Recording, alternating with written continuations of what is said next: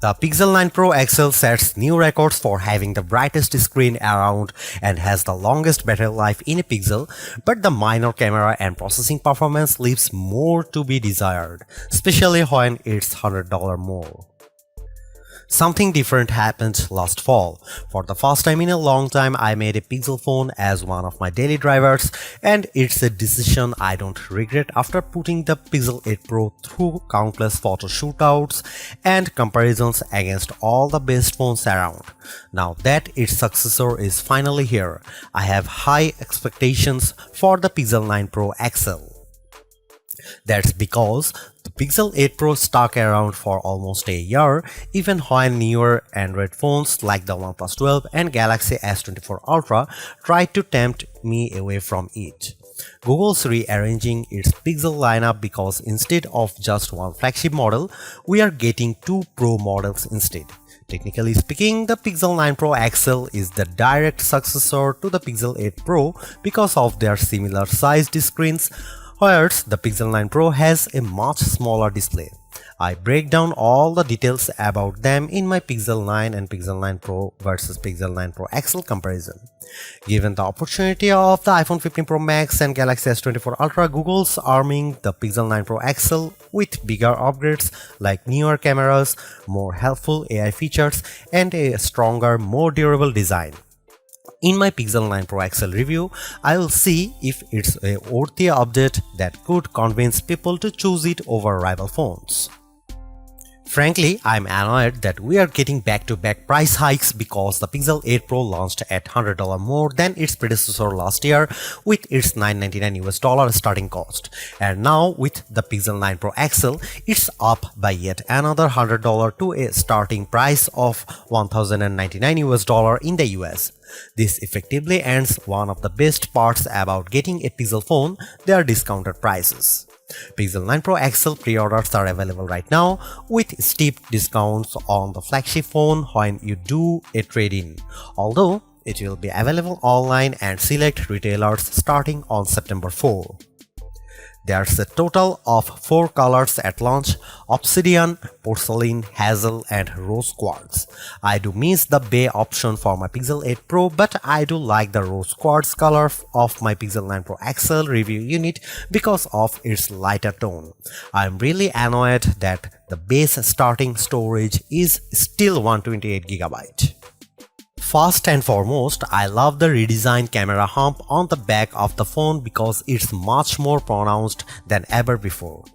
The elongated pill-shaped protrusion in a departure from the edge-to-edge camera bar in past Pixels, but it's exactly what it needs to set it apart from other phone designs. Apart from the camera arrangement, the design of the Pixel 9 Pro XL makes it look eerily similar to the iPhone 14 Pro Max due to the polished metal trims that are now flat as opposed to contoured. I know others may like this change, but it doesn't feel as comfortable to hold as the rounded edges of the Pixel 8 Pro, so it's something I'm just going to need to get used to. Despite this, at least it's still sporting the same matte gloss surfaces as before to give them that always clean, smooth look. Google claims that the design is twice as durable as the Pixel 8 Pro with its IP68 construction, especially with Corning Gorilla Glass Victus 2 protecting its screen. During its Made by Google event, the company made an outrageous claim that Pixel 9 Pro XL 6.8-inch Super Actua display reaches a peak brightness of 3000 nits. I didn't think it was ever going to get close to that in our testing, but I was mistaken. Hands down, the Pixel 9 Pro XL has the brightest screen we have ever tested, reaching a blinding peak of 2469 nits, a substantial improvement over the 1526 nits of the Pixel 8 Pro. And you know what? It shows outside when I play the same 4K HDR clip, with the Pixel 9 Pro XL being noticeably brighter than the Pixel 8 Pro. But it doesn't end there either, because this OLED panel looks marvelous with its rich color tones and wide viewing angles that barely show any distortion when I look at it from an angle. This record-breaking mark is hard to believe, more so when rival phones like Galaxy S24 Ultra tops out at 1326 nits. I am starting to believe that phone makers are leaning on software more so than the hardware to propel their cameras, and the Pixel 9 Pro XL is proof of this. That's because its triple camera system consists of a 50 megapixel main camera, 48 megapixel ultra wide and 48 megapixel telephoto with 5x optical zoom. Technically speaking, the main and telephoto cameras are identical to Pixel 8 Pro, however, the ultra wide benefits from a wider f1.7 aperture, which makes it more suitable for low light. While the rear cameras are similar for the most part, it's the selfie camera that gets the biggest upgrade. A pixel crunching 42 megapixel autofocusing front camera with a wider 103-degree field of view. I won't spill the beans on how it performs just yet, but it's undoubtedly a big upgrade if you intend on using it a lot. Meanwhile, the camera interface is just as intuitive and robust as ever before. Since it's a Pro model, shutterbugs like myself appreciate the Pro controls that let me dial in a few of the camera settings manually.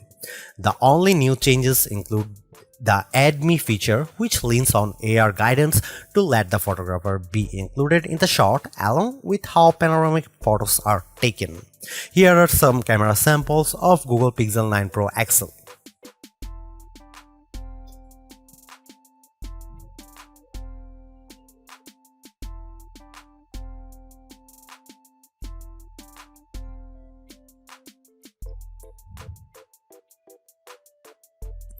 Another reason to choose the Pixel 9 Pro XL is because of its ability to shoot at up to 8K 30 FPS, whereas the previous Pixel 8 Pro caps out at 4K 60 FPS.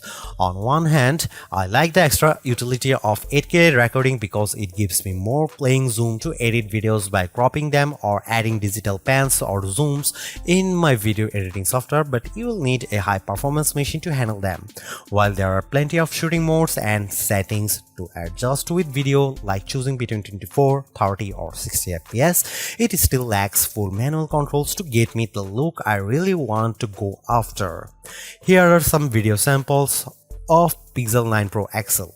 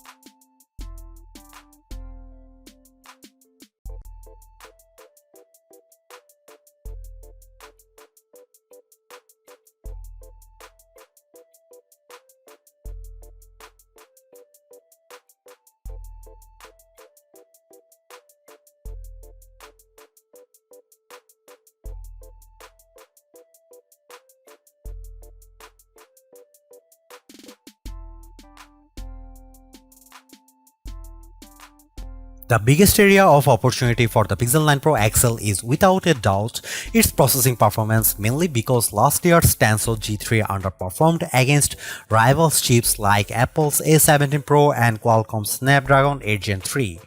With the Tensor G4 calling the shots, it's an improvement over the Pixel 8 Pro with Geekbench single and multi-core scores averaging at 100, 929 and 4747 respectively. On paper, it beats Pixel 8 Pro's scores of 1699 and 3666, but it trails the performance benchmark results of the iPhone 15 Pro Max and Galaxy S24 Ultra. Despite this, I am happy to report that its performance is buttery smooth and responsive with all the normal functions I do on my phone. I am also pleased by how it manages to keep more apps in memory with its upgraded 16 GB of RAM, which means less refreshing if I am multitasking. Over on the graphics performance side of things, it's a minimal gain running 3D benchmarks Wildlife Unlimited test to see how its GPU handles. Its 55.63 FPS score in well in line to what I expect out of a flagship device, but it's barely an improvement over the Pixel 8 Pro's 52 FPS score. And compared to the Galaxy S24 Ultra and iPhone 15 Pro Max, the Pixel 9 Pro XL doesn't come close to matching their insane frame rates. But don't let GPU performance tests be the single determining factor, because I loaded up Age of Origins and Modern Comfort without any hitch to either of their performances, even when there's a lot of action happening. The Tensor G4 might not be the speediest piece of silicon on the market, but it's certainly bringing along improved power efficiency. That's because of Pixel 9 Pro XL has 5060 mAh battery, which is marginally better than the Pixel 8 Pro's 5050 mAh1. Given how the Pixel 8 Pro came up short at 10 hours and 3 minutes in our battery benchmark test, I'm impressed that Pixel 9 Pro XL beats it in stunning fashion, clocking at 14 hours and 37 minutes at its longest. This is the kind of leap I want to see in any successive device, so I am delighted that we finally have a Pixel with extraordinary battery life. It has taken years to get here, but it's lasted me easily through a day with little worry.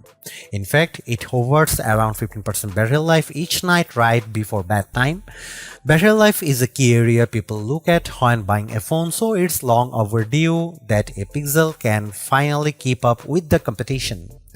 On the flip side, the Pixel 9 Pro XL also gets a boost with faster 37W wire charging, which is slightly off from Pixel 8 Pro's 30W charging. This results in getting 63% charged when in 30 minutes of charging, while the Pixel 8 Pro got to 59%. However, wireless charging is still capped at 15W with the use of a second-gen Pixel stand and a slightly slower 12W speed with QI wireless charging.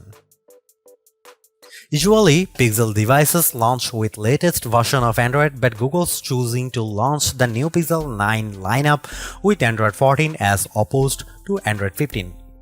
I know there are people who are on the fence about this decision, but I'm not. Yes, there are certainly new features that accompany Android 15, but the new exclusive Pixel features are enough to tide me over.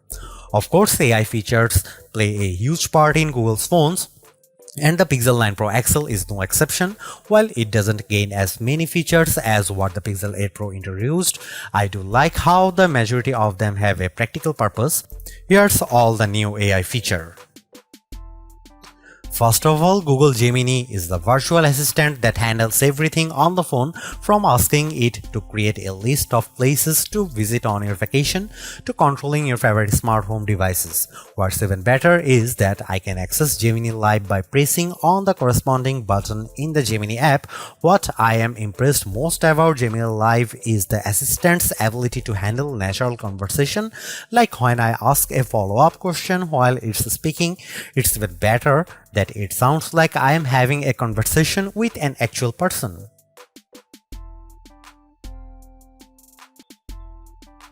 Clearly, there are improvements with the Pixel 9 Pro XL. Apart from its brighter display and longer battery life, everything else about the Pixel 9 Pro XL feels like its modest upgrade at best, which is made tougher due to its $100 price increase.